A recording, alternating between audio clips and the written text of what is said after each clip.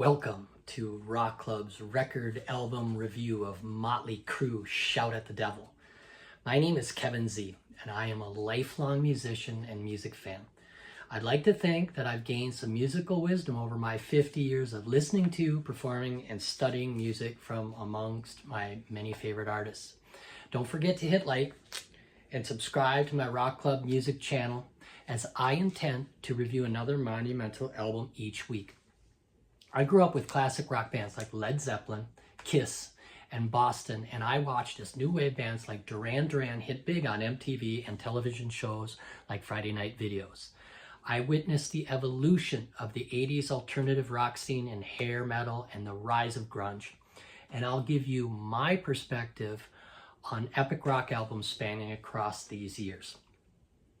I hope I can pass some of this knowledge along to my daughters, Sky and Ava, whose playlists include songs from my record collection and my first generation iPod here. And also folks from work who heard my playlists for the first time. Many of them heard some of these songs and they commented how music had changed so much and how their generation, Generation Z, could benefit from my knowledge of these great bands and artists. I'm reviewing artists' albums in their formatted order as they were originally intended to be listened to. So keep in mind, these are my opinions. So feel free to comment, agree, and disagree. So let's begin. Flashback to 1983, and I'm over at my buddy Mike's house. He was really lucky because his folks had subscribed to cable TV and we got to watch these edgy movies shown on HBO, like A Clockwork Orange and Monty Python's The Meaning of Life. As we flip the channel over to MTV, I see for the first time Motley Crue's video for the song Live Wire. What the flip? The hair, the makeup, the smoke, the pentagrams on the front of the double kick, the drumstick twirling, some dude, which I later find out it's Nikki Sixx, setting himself on fire. It was an onslaught.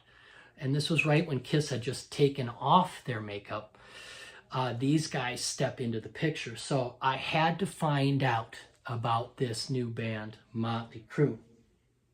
Released September 23rd, 1983, Motley Crue Shout at the Devil was the band's second studio album and would catapult them into 80s heavy metal stardom. Their years of hard work and dedication on the LA metal scene would pay off, as the album rips off one killer track after another, mostly penned by bassist Nikki Sixx. The band self-admittingly running on cocaine and Jack Daniels while recording, with well-known producer Tom Werman. His famous bands include Boston, Cheap Trick, REO Speedwagon, and Ted Nugent. And they recorded at Cherokee Studios in Hollywood, California, featuring platinum-haired Vince Neil on lead vocals and the flashy Tommy Lee on drums and vocals, and the veteran Mick Mars on guitars and vocals, and the aforementioned Nikki Sixx.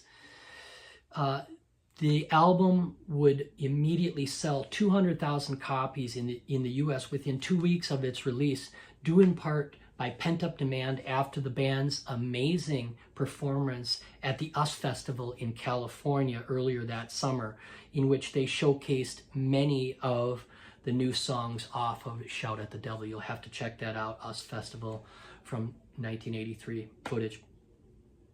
Track 1, In the Beginning.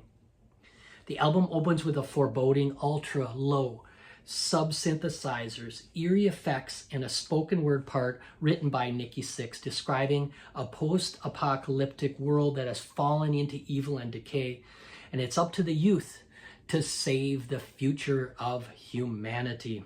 It has been written that those who have the youth hold the future.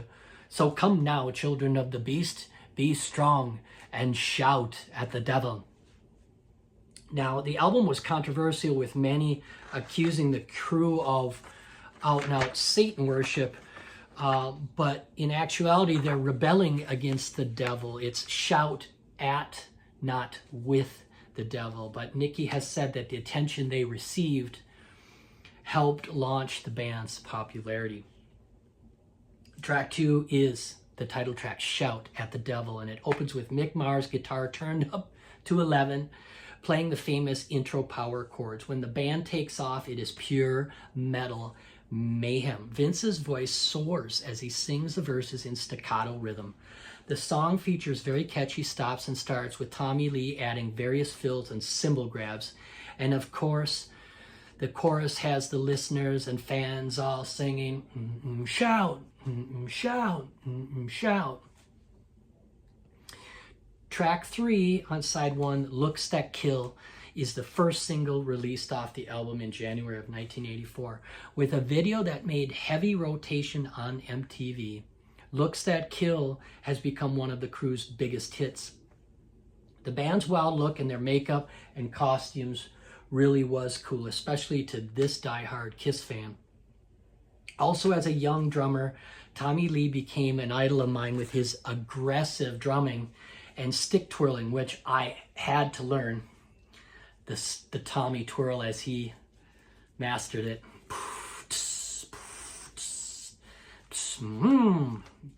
There you go. Track 4, side 1, Bastard, has Vince singing about getting into a fight, and the band was good at doing just that. They were a gang, and they dressed as they were.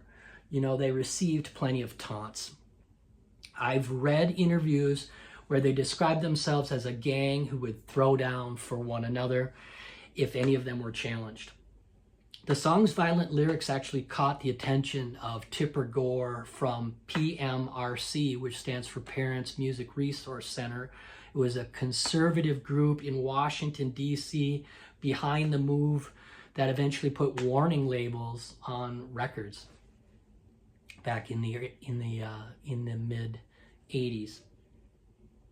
Track 5, side 1, is God Bless the Children of the Beast, a guitar instrumental written by axe master Mick Mars.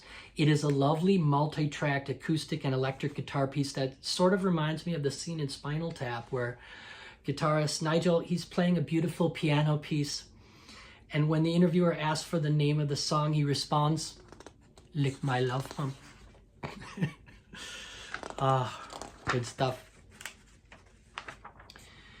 Last song on side 1, Helter Skelter, is a cover of the famous Beatles song off their White album, and it was the second single released off of Shout at the Devil. The song originally gained notoriety or infamy when cult leader Charles Manson used the song title as the name for this race war he intended on starting with his cult murders of Sharon Tate and her friends in Hollywood Hills back in 1969.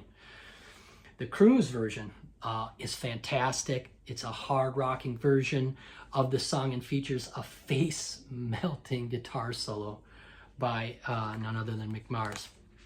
Side 2 opens with the blistering Tommy Lee double kick onslaught of Red Hot. Tommy's drumming on this tune inspired me as a young drummer to trade in my vintage Slingerland 5-piece kit for a Ludwig Rocker 2 6-piece kit with double 24 kick drums. Think I got taken on the deal by the music store Nuke Capay in uptown Minneapolis, but I didn't care. I just wanted that kit so I could look and sound like Tommy Lee.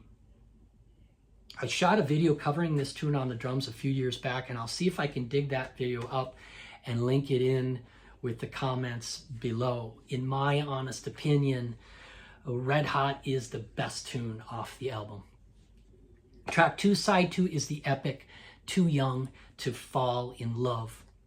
This was the third single released off the album, and they also released a video for this tune, which had heavy rotation on MTV. Kind of a kitschy video that portrays the Crue as these Japanese superheroes battling samurais and ninjas.